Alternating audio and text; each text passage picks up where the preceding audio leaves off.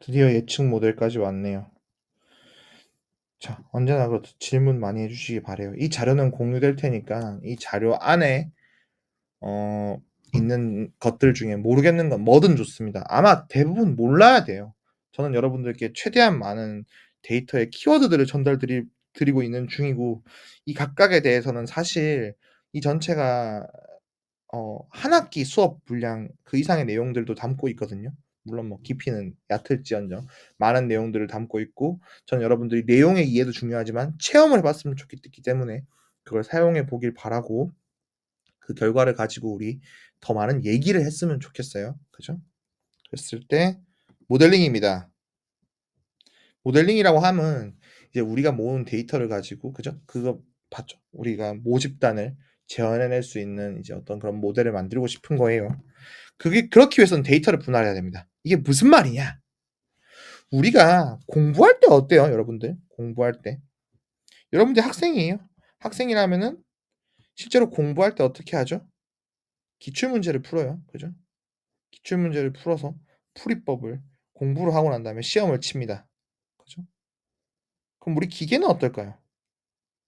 기계도 마찬가지로 데이터를 가지고 학습을 하고 예측을 할 거예요. 그죠? 그럼 반드시 여러분들이 만나게 되는 단어가 있습니다. train, valid, test입니다. 데이터가 이만큼 모였다고 치죠. 이 데이터를 가지고 여러분들은 이 데이터를 가지고 어떤 모델을 만들어서 이 데이터 말고 앞으로 새로 들어올 새로운 데이터들에서 잘 돌아가는 기계를 만들고 싶은 거예요. 이 데이터에서 최선을 다하는 녀석, 최선을 다하는데 이 데이터만 잘하는 녀석이 아니라 앞으로 들어올 데이터에 대해서 강인하게 동작하는 녀석을 만들고 싶은 거예요. 그쵸? 음.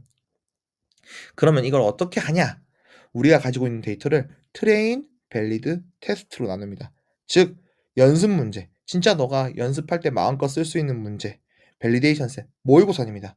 네가 공부한 걸 측정해 볼 수 있는 모의고사, 얼마나 공부를 했는지를 측정해 보고 이 정도면 됐는지 아닌지를 가늠할 수 있는 밸리드 셋, 그리고 실제 테스트 셋. 그죠? 이렇게 데이터를 나누고요. 그 비율은 다음과 같습니다. 어. 선생님 숫자가 없는데요. 몇 퍼센트인가요? 그럼 몇 퍼센트 정답 없어요. 적당히 나누는 거예요. 어떤 이는 뭐 8대 1대 1로 나누기도 하고, 어떤 이는 7대 1대 2로 나누기도 하고, 어떤 이는 6대 2대 2로 나누기도 합니다. 그죠? 그건 여러분들의 경험적인 영역이라는 얘기죠. 그죠? 음. 그럼 왜 나누는 거예요? 밸리데이션 모의고사 왜 봐야 돼요? 어? 여러분들 공부할 때 모의고사 왜 보죠? 내가 혹시 외우고 있진 않나요? 정말 이해한 게 맞나요? 내가 연습 문제 한번 100번 정도 푼다 치죠. 그러면 앞에 두 글자만 보고도 정답 알 수 있지 않을까요? 우리는 그렇게 연습 문제를 외우길 원하는 게 아니에요. 우리가 원하는 건 기말고사, 중간고사 100점 맞는 거 원하는 거지. 그죠? 음. 그러면 밸리데이션 셋이라는 거는요. 내가 정녕 이해를 하고 있는 것인지 암기의 영역에 들어선 것인지 구분하기 위한 장치라고 할 수 있어요. 그죠? 음. 쌤, 근데 그러면은 트레이닝하고 밸리드하고 테스트인데 이거 우연하게 테스트 셋이 만약에 파트 1에서 뽑히면은 그럼 너무 좋은 거 아니에요? 그러면은 바꿔보면 어떨까요? 그죠? 밸리데이션 셋이 모의고사가 막 이상하게 뽑혔을 수도 있잖아요. 밸리데이션 셋을 바꿔보는 거예요. 그죠? 어, 너무 말이 되지 않습니까? 그죠? 음. 그런 다음에 그럼 만들어진 모델의 성능이 좋다는 거는 어떻게 보일 수 있죠? 우연하게 잘 된 거 아니에요? 그럼 K-폴드 크로스 폴드 밸리데이션 뭐 테스트 셋도 바꿔보는 거예요. 오, 말 되죠, 이제. 그러면 주어진 데이터가 이만큼 있는데 트레인, 밸리드, 테스트. 연습 문제, 모의고사, 중간고사 한번 쳐보자. 근데 이 모델이 만약에 우리가 학교를 졸업하고 나서도 잘하고 싶잖아. 이 중간고사가 쉽게 나온 거면 어떡해? 그러면은 데이터에서 뭐 시험 문제를 아예 구성을 바꿔보는 거죠. 여러 시나리오를 통해서 검증해 보는 거죠. 그죠? 그렇게 볼 수 있습니다. 우리가 공부하는 거랑 똑같아요. 그래서 우리가 이렇게 이제 검증을 수행을 하는데 지금 이 얘기인즉슨 트레인 밸리드 테스트로 나누고 또 이걸 바꿔가면서 한다고 할 때는 결론적으로는 데이터는 풍부해야 돼요. 데이터 양만 많은 것이 아니라 데이터가 다양해야 되고요. 그 다양한 데이터 각각이 장수가 제법 돼야 돼요. 그럼 문제의 중요도별로 데이터 개수가 다르면 어떡해요? 마치 이런 상태죠. 오리지널 데이터셋인데요. 주황색이 문제가 있는 케이스고 파란색이 정상이라고 치죠. 엄청나게 비율 차이가 있는 거예요. imbalanced 데이터라고 해요. 실제로 현재는 거의 대부분의 문제가 imbalanced 상태입니다. 그럼 왼쪽처럼 언더샘플링 많은 걸 좀 줄이면 되죠. 그죠? 근데 이 경우에 가장 큰 문제가 뭐예요? 그럼 이만큼 데이터 버릴 거 아니야. 뽑히지 못한 데이터는 버리는 꼴이 되잖아요. 그죠? 그러면 오버샘플링. 이 적은 데이터를 여러 번 카피해 가지고 늘리면 안 돼요? 이것도 이거대로 문제가 있어요. 왜? 카피해서 늘렸으니까 복제품이니까. 그죠? 복제품 실제 데이터가 아니게 되는 거잖아. 그럼 그거대로 또 문제가 생기겠죠. 그죠? 혹은 적은 데이터에 가중치를 주면 안 될까요? 가능하겠죠. 혹은 그럴싸하게 데이터를 만들어내면 안 될까요? 다만 그냥 복제하는 게 아니라 영역상에서 그죠? 지금 초록색이 파란색에 비해서 졌죠.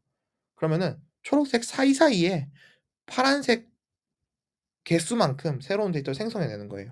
그러면 안 될까요? 스모트 방법이라고 해요. 혹은 데이터가 많아 보이게끔 사실 앞에 두 개는 비슷한 느낌이기는 해요. 그죠? 데이터 오리지널 이미지가 고양이 한 장인데 이걸 막 돌리고 블러하고 컨트라스트를 높게 하고 노출도를 높이고 여러 가지 비슷한 이미지를 만들면 되지 않을까요? 그죠? 가능한 얘기예요. 그죠? 그래서 데이터를 가지고 우리가 결국에는 트레이닝 밸리드 테스트 셋으로 나눠 가지고 우리가 모델을 이제 통계 모델을 예측 모델을 만들고 할 텐데 그죠? 이 예측 모델을 만들 때 데이터가 중요하다. 그럼 데이터 개수도 중요하고 데이터 비율도 중요하고 그걸 잘 맞추는 행위들이 존재한다라는 거를 소개해 드렸고요. 그럼 한번 돌아가 보죠. 오랜만에 보는 녀석인데요. 뭐였습니까? 클래시피케이션. 기억나시나요? 나누는 거라 그랬죠. 그죠? 나누는 거라고 그랬어요. 그래서 요런 거 한번 소개시켜 드린 적이 있습니다. K nearest neighbor 알고리즘. 그죠? 아주 간단한 문제였어요. K가 1이라면 가장 가까운 샘플을, K가 3이라면 가장 가까운 3개의 샘플을 가져다가 다수결하는 거예요. 그죠? 그래서 얼마나 큰 K를 선택해야 되는지, 거리는 어떻게 측정해야 되는지, 클래스가 여러 개면 어떻게 해야 되는지 그런 고민들은 있지만 어쨌든 단순하고 강력한 이진 분류 알고리즘이었어요. 그죠? 음. 리그레션은 어때요? 모아 놓고 그죠? 예측하는 거였죠. 이것도 마찬가지로 KNN 리그레션도 가능하다고 했어요. 그죠? 주변의 것들로 자신의 것을 예측하는 거죠. 클러스터링은 어때요? 묶어 주는 거는 K-means 클러스터링이 있다 그랬죠. 그죠? 어. 와우. 그죠? KNN classifier, KNN regressor, K-means clustering. 한번 멈춰 놓고 해 보시면 어떨까요? Yes. 재밌을 것 같아요. 그랬을 때 우리는 고양이와 개를 구분하는 자동으로 구분하는 인공지능을 만들고 싶다라고 한번 가정을 해 보죠. 지금까지 배운 걸로 쉬울까요?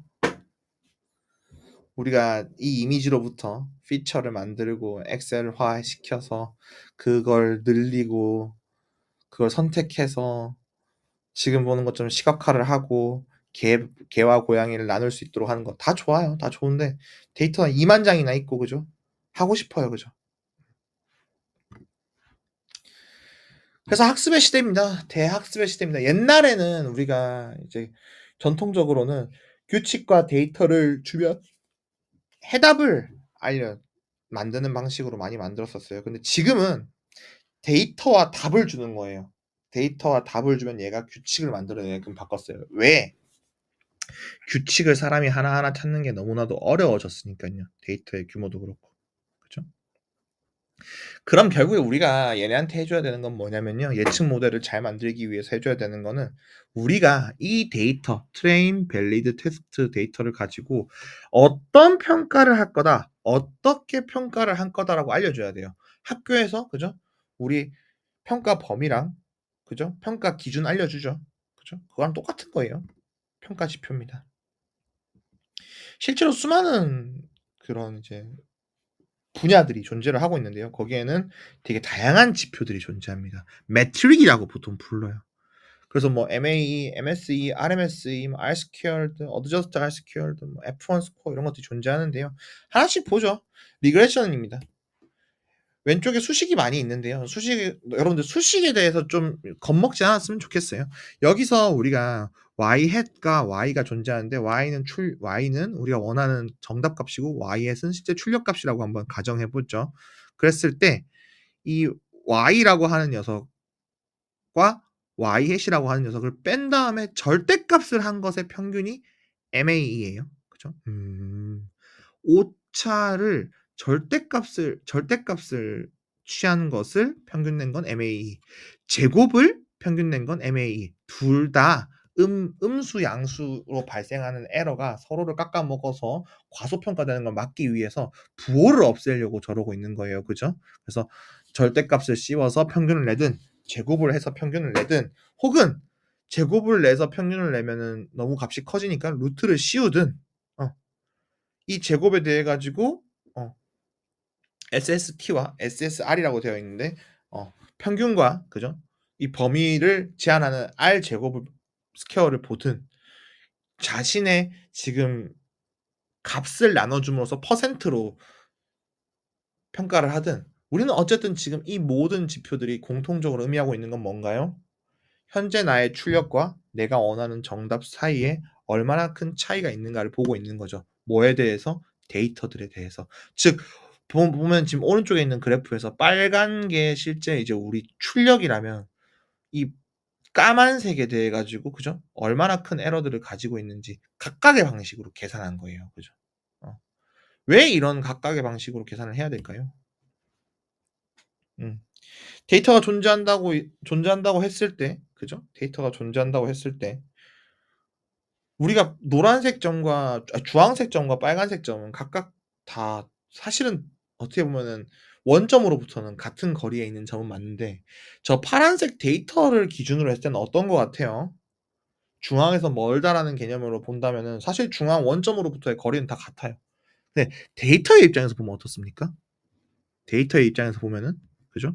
왠지 이런 느낌이죠. 그죠? 주황색은 빨간색은 더 가까운 느낌이고 주황색은 좀 먼 느낌이에요. 그죠? 어.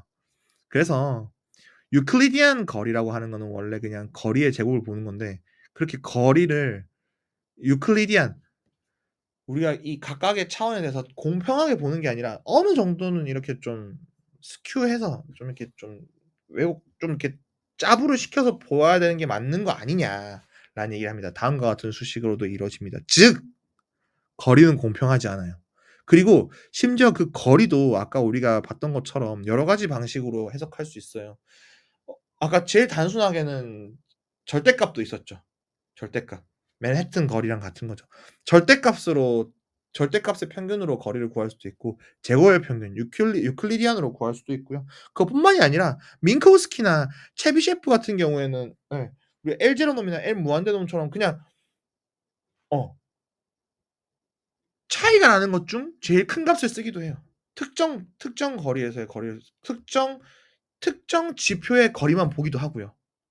혹은 해버사인 거리 같은 경우에는 지구상에서의 거리를 의미하면 지구상에서의 거리, 직선 거리가 아니라 지구 공면을 고려해서 보는 그런 거리들도 있습니다. 즉 다양한 거리가 존재한다는 거죠.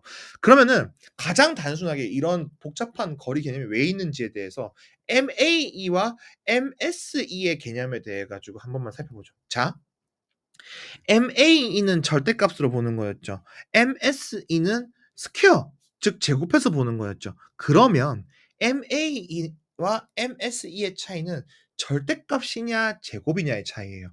근데 제곱은 안의 값이 안쪽 값이 커지면 커질수록 기하급수적으로 커지죠. 즉 MSE를 최소화하도록 학습한 녀석은 빨간색 그래프를 그려요. 왜? 여기 오른쪽 위에 있는 아웃라이어에 의한 효과가 너무 커지니까. 아무리 많은 데이터가 밑에 깔려 있어도 요 위에 있는 점 하나 때문에 이렇게 기울게 돼요. 반대로 MAE는 좀 안정적으로 나온 걸 볼 수 있죠. 이거 하나 뭐 여러 개의 평균으로 없애버리면 되니까. 그럼 선생님 MAE가 무조건 MSE보다 좋은 거 아니에요? 아 그게 그렇지 않습니다. 만약 아웃라이어가 없었다면 얘만 우리가 미리 제거했다면 MSE가 더 핏하게 됐을 거예요. 그래서 MSE는 아웃라이어의 영향을 많이 받고 정확한 녀석이고요. MAE는 아웃라이어에 강인한 녀석이에요. 그럼 우리는 이런 다양한 거리 지표 값이나 매트릭을 선택해서 써야겠죠. 그죠? 자, 클래시피케이션입니다. 클래시피케이션에 대해 지표에 대해서 좀 다룰 텐데요. P-value. 어떤 사건이 우연히 일어날 확률입니다. 어떤 사건이 우연히 일어날 확률. 모든 데이터는 노이즈를 가지고 있고요. 두 개의 데이터가 다르다고 어떻게 확신할 수 있죠? 어떤 게 큰지, 어떤 게 작은지 확신할 수 있습니까? 예를 들어서, 그죠? 귀무가설이라고 하는 거. 우리 통조림은 100g이라고 가정하죠. 대립가설은 이 통조림은 불량품이야 라고 보는 겁니다. 100g인데 재보니까 200g이에요. 이상하지 않아요? 100g짜리 통조림이 생산 원칙인데 200g이에요. 이상하죠? 10g이면은 아이 좀 너무 좋은 거 아니에요? 그죠? 그래서 한쪽을 검증하든 양쪽을 검증하든 어쨌든 통조림은 평균 100g이라는 것에 대해서 차이를 보겠다는 거예요. 그랬을 때 우리가 이 어떤 null hypothesis 영가설이라고 하는데요. 우리가 가지고 있는 원래의 가설이 있다라고 가정했을 때 그걸 배제하는 반대되는 alternative hypothesis 대안이 있다라고 칩시다. 그러면 예를 들어 이거죠. 암이다, 아니다라고 친다면은 그죠? 암입니다, 정상입니다라고 친다면은 그죠? 우리가 예를 들어서 X는 수치입니다. 검사를 했는데 어떤 모종의 호르몬 수치라고 하죠. 이 모종의 호르몬 수치가 낮으면 암이고 높으면 정상이라고 치죠. 어느 값부터 우리는 암이라고 말할 거고 어느 값 이 값을 어떻게 정할 건가요? 예를 들어서 지금처럼 정해져 있다면 이 값보다 낮은 사람들은 다 암이라고 의심받을 거예요. 이 값보다 높은 암 환자들은 정상이라고 판정받겠죠. 뭐가 더 위험하겠습니까? 이 경우에는 정답은 타입 1 에러예요. 왜냐하면 암인데 암이 아니라고 진단받았잖아요. 암이 아닌데 암이라고 진단받은 사람은 그냥 재검사 해 보면 돼요. 병원 다시 가 보면 돼요. 놀라긴 하지만 죽진 않는다고요. 그런데 타입 1 에러는 암인데 정상이라고 해 버린 거야. 큰일 나요 이거는. 물론 병원의 입장에서. 어. 반대로, 반대로 이 값을 좀 낮추는 경우도 있습니다. 어떤 경우? 공장. 어. 불량품이에요, 불량품이에요, 불량품이에요. 불량품이 아닌데 불량품이라고 하는 경우. 어. 정상인데 불량품이라고 한 경우. 불량품인데 불량품이 아니라고 한 경우와 정상인데 불량품이라고 한 경우. 그죠? 암만큼 중요한 건 아닌데 이 경우에는 불량에 대한 반응으로 공정을 멈추는 게 더 손해일 수도 있어요. 그죠? 그러면은 이 값을 반대로 세팅하기도 합니다. 그죠? 타입 1, 타입 2. 뭐가 중요할까요? 그죠? 음. 그래서 이랬을 경우에 우리가 실제 positive랑 negative, true, false가 존재하고 이걸 내 모델이 true, false로 예측했을 때 그죠? true positive, false negative, false positive, true negative가 존재할 수 있습니다. 그죠? 그러면은 우리가 여기에서 하나 알고 가야 될 거는 단순한 accuracy 우리가 전체 중에서 TPTN의 합인 비율 그죠? true positive랑 true negative가 높으면 좋죠. 좋은데 과연 그것만 중요할까요? 정밀도. 내가 true라고 말한 것에 대해서 진짜 true가 포함되는 비율 혹은 실제 true인 데이터들이 얼만큼 true라고 나왔는지에 대한 비율 중요하지 않을까요? 잘 생각해 보면 좋을 것 같아요. 그리고 또 다른 지표로는 ROC라는 것도 있습니다. 어. ROC 커브라고 하는데 이 ROC 커브라고 하는 거는 방금 봤던 이 false positive rate랑 그죠? true positive rate를 이렇게 그려 놓은 거예요. 뭐에 따라서? 요거 스레스홀드를 움직이는 거에 따라서 어떻게 바뀌는지 그려 놓은 거예요. 그럼 그려 놨을 때 이 빨간색 직선은 랜덤 초이스입니다. 랜덤 클래스파이어고요. 위쪽으로 올라가면 올라갈수록 좋습니다. 그래서 약간 개념을 설명하자면 우리가 스레스홀드를 옮기면 스레스홀드에 따라 가지고 이 두 개에서 스레스홀드에 따라 가지고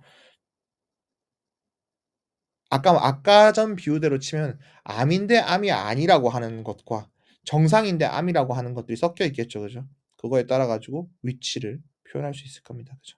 ROC 커브에서의 위치를 표시할 수 있을 겁니다. 컨퓨전 매트릭스에서의 값들이 바뀌어 나갈 거고요. 그죠? 그래서 사실 검사 비용이 싸다면 우리는 이걸 오른쪽으로 쫙 옮겨 가지고 그죠? 억울하게 암이 아닌데 암이라고 하는 사람이 많이 나오는 편이 나을 수도 있어요. 근데 검사 비용이 너무 비싸. 너무 비싸면은 아니.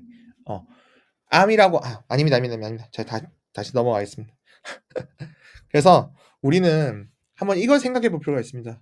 기적의 맛 판별기를 만들고 싶어요. 엉망인 요리 99개와 셰프가 만든 환상적인 요리 1개가 있습니다. 제가 만든 모델의 정확도가 99%죠. 그냥 일관적으로 모두 맛이 없다고 했어요. 성능 너무 좋은 거 아니에요? 뭔가 잘못된 것 같죠? 그죠? 환상적인 요리 하나는 반드시 맛있다고 해야 되는데 어째서 이 친구는 다 맛없다고 하고 99%의 성능을 얻어버린 걸까요? 잘 된 것 같아 보이지 않나요? 그렇습니다. 그것이 아까 보여드린 F1 스코어가 필요한 이유이기도 해요. 자, 이거에 대해서 한번 생각해 보시면 좋을 것 같습니다. 다음 시간에 만나요.